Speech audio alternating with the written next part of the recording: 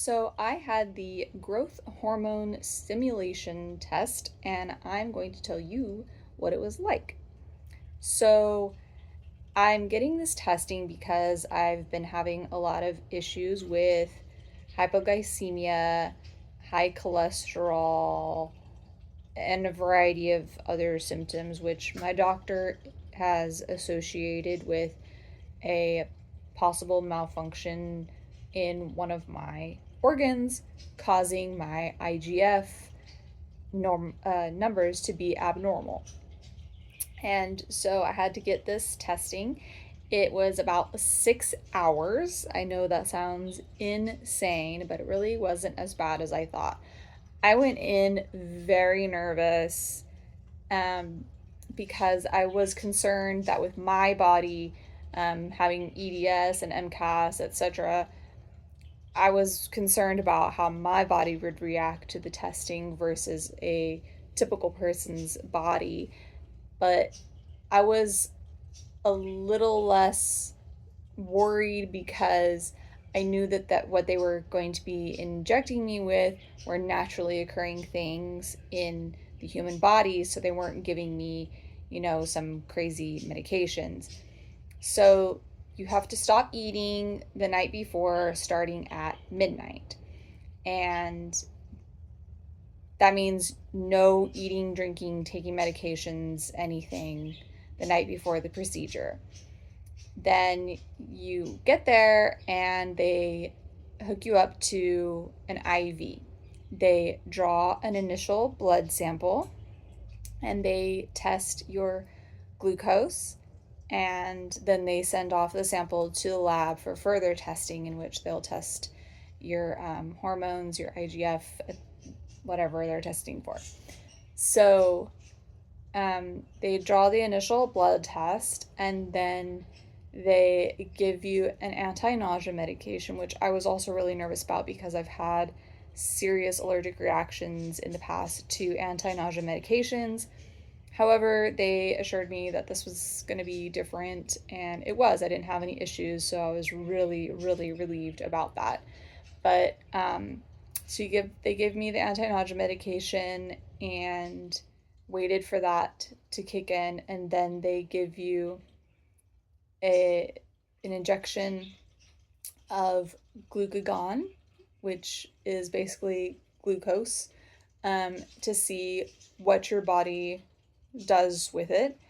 And then they give you arginine and watch, or arginine, and watch what your body does with that. And they continue to draw blood samples every half an hour to test and watch to see how your body is reacting. And you just lay there the whole time. What was nice was that I never had to get in a hospital gown. I could wear what I was wearing. So if you're going to get this testing done, I would suggest wearing something comfortable. And I was laying in a hospital bed, so I didn't have to sit for an extended period of time, stand for an extended period of time, move around, whatever. I was able to, shift positions as needed, laying in this hospital bed all day. So I downloaded a bunch of movies and a book, and I really didn't need any of them because the nurse was coming in so often that you really don't get an opportunity to fully emerge into a show or movie. So I read my book a little bit. I played some games on my phone. I talked with my husband, and I talked with the nurse for a while. And the whole time you're there for this 6 hours, you don't eat, you don't drink. And in the meantime, they are giving you IV fluids. And then the last half an hour is just fluids, and then they unhook you and you have to eat something or drink something. You have to ingest sugar. So they offered me some juice, but I had a fruit cup, so I had that before I headed out. That was for my safety. um, and yeah, I felt fine. So that's what you can expect going into this testing. I have not gotten the results, but the nurse said that my glucose stayed pretty consistent. the entire time, which is strange to me, but I don't know. My body is an enigma.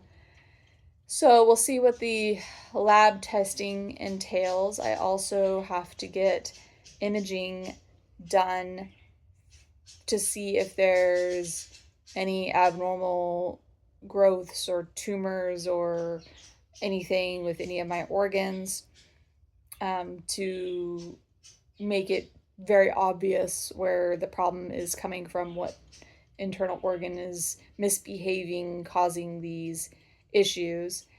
Um, there's always a fear with me of they're not going to find anything, and I'm still going to have questions of what's going on with me.